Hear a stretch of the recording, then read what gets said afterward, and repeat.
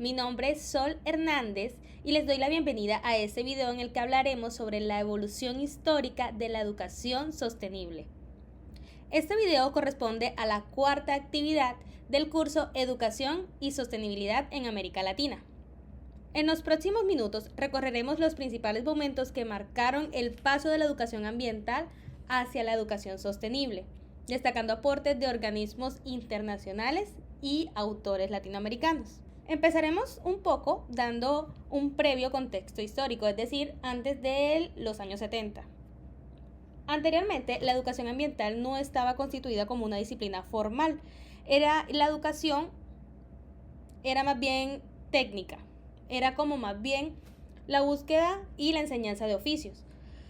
Y los problemas ecológicos, los problemas ambientales, se veían más bien como asuntos naturales, o sea, no como efectos del desarrollo humano. Ya en la década de 1970, específicamente hablaríamos de 1972, encontramos la Conferencia de Estocolmo, que marcó un inicio oficial de la educación ambiental hacia un nivel global. Se empezó a afirmar que la educación debía formar una conciencia sobre el deterioro del planeta, es decir, educar a las personas sobre sostener el planeta. La historia de la educación sostenible sostiene sus raíces, es decir, empieza a emerger en los años 70. Porque el mundo empezó a preocuparse sobre los impactos que podía tener el crecimiento económico sobre el medio ambiente. En esta conferencia, que también se llamó Conferencia de las Naciones Unidas sobre el Medio Humano, se celebró en Estocolmo y fue el primer evento a nivel mundial en reconocer que el desarrollo se debía considerar la protección ambiental. Y para 1975 conocemos la Carta Belgrado, que se promovió por la UNESCO y el Programa de Naciones Unidas, y se estableció un marco global para la educación ambiental, definiendo objetivos, principios y metas que llegarían a influir en la educación sostenible. En 1977 llega la Conferencia Intergubernamental sobre la Educación Ambiental, la cual reafirmó la importancia de la educación como una herramienta clave para el cambio de mentalidades y, por tanto, las acciones que se harían sobre el ambiente y sobre la sociedad. En esta Carta de Belgrado se definieron por primera vez objetivos concretos sobre la educación ambiental y se constituyeron 3 dimensiones, que era la dimensión cognitiva, participativa y afectiva sobre la educación del medio ambiente, sobre el quehacer, sobre el medio ambiente. Pasamos entonces a 1987. Cuando hablamos sobre como una consolidación del concepto desarrollo sostenible. En el 87 se emergió el informe Brundtland, quien tomó un eslogan de nuestro futuro común. Aquí se propuso que el desarrollo debía satisfacer las necesidades del presente sin comprometer las futuras generaciones. El informe cambió el enfoque, donde ya no se trataba solamente del medio ambiente, sino también de una equidad que balanceara la sociedad con lo económico, o sea, que crecieran de manera responsable siempre y cuando se cuidara el medio ambiente, porque ya se empezó a pensar en las generaciones futuras. En la década de los 90, los países comenzaron a incorporar principios del desarrollo sostenible en los sistemas educativos. Ya no solamente eran propuestas, sino que las universidades y las instituciones comenzaron a implementarlo dentro de sus aulas.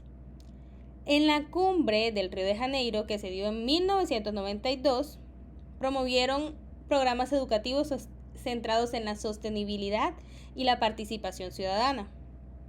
Desde entonces, la educación ya no era solamente informativa, sino que se volvió realmente transformadora. En 1996 llegó el informe Delors, donde la educación encierra un tesoro. Ya la educación debía empezarse a desarrollar como un pensamiento crítico sobre el consumo, la paz y el cuidado del planeta.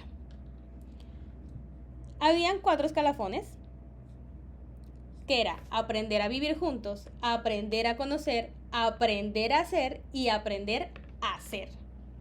Teníamos yo como persona, yo como sociedad, yo como ser intelectual y nosotros como un conjunto de personas. Entre la década de los 70 y la década de los 90, Paulo Freire habla de que se debe fundamentar la educación como una educación ambiental y participativa. Y, abro comillas, se deben cuestionar las causas estructurales de la crisis ecológica y no solo enseñar a reciclar. Es decir, que hablaba sobre una concientización, no solo saber que se podía reutilizar algo, sino evitar también llegar a ese colapso. En 1999, Edgar Morin habla sobre los 7 saberes para la educación del futuro. Uno de ellos era la identidad terrenal, en la que nos enseña sobre que todos compartimos el mismo planeta y por ende debemos cuidarlo. Todo problema ambiental también llega a ser un problema ético, social, cultural y económico. Y sostiene que para mantener o sostener la educación para la sostenibilidad implica que el pensamiento llegara a ser sistémico, no fragmentado. Los años 2000 fueron denominados, según la UNESCO, como la década de la educación sostenible. De educación ambiental a educación para la sostenibilidad. Se promueven ideas de la ecociudadanía, no solo sobre la conciencia ecológica. Y se hablaba también de que la escuela debía formar personas capaces de tomar decisiones sobre el uso de los recursos.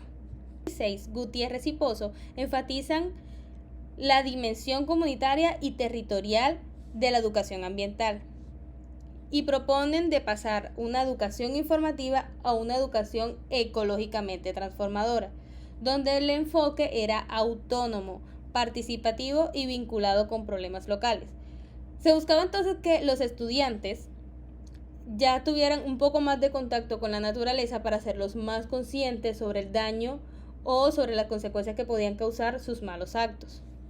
En 2015 se lanza la Agenda 2030, que entre muchas de sus objetivos, uno de ellos era el desarrollo sostenible.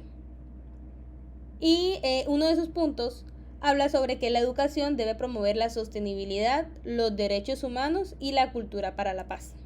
La escuela ya no tiene que ser solamente una transformación de conocimiento, sino un agente de cambio socioambiental. Aquí ya no solamente estamos hablando de la parte ambiental, sino también de la parte social.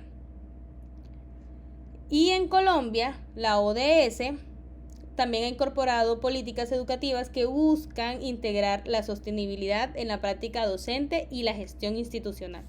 Muchos de los currículos que vemos aquí, que vemos en las instituciones educativas colombianas, se basan muchos en la sostenibilidad ambiental. Como sabemos, Colombia es uno de los países con mayores riquezas de flora y fauna. Eso también ha ayudado a que el país busque mejorar la educación con respecto a la educación sostenible.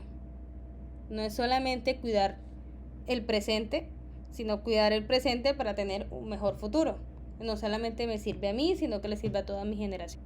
Autores latinoamericanos como Eduardo Gudinas, Alberto Acosta, proponen el buen vivir y lo alternan como el desarrollo tradicional, que es cambiar la típica enseñanza de transmisión de conocimiento, de pura teoría, y no basarse más bien en lo que veníamos hablando sobre cuidar el presente, cuidar lo que nos rodea, cuidar nuestra flora, nuestra fauna, porque va a ayudar a que tengamos un buen vivir, no solamente aquí a 5 o 10 años, sino 20, 30, 40 y nuestras futuras generaciones también.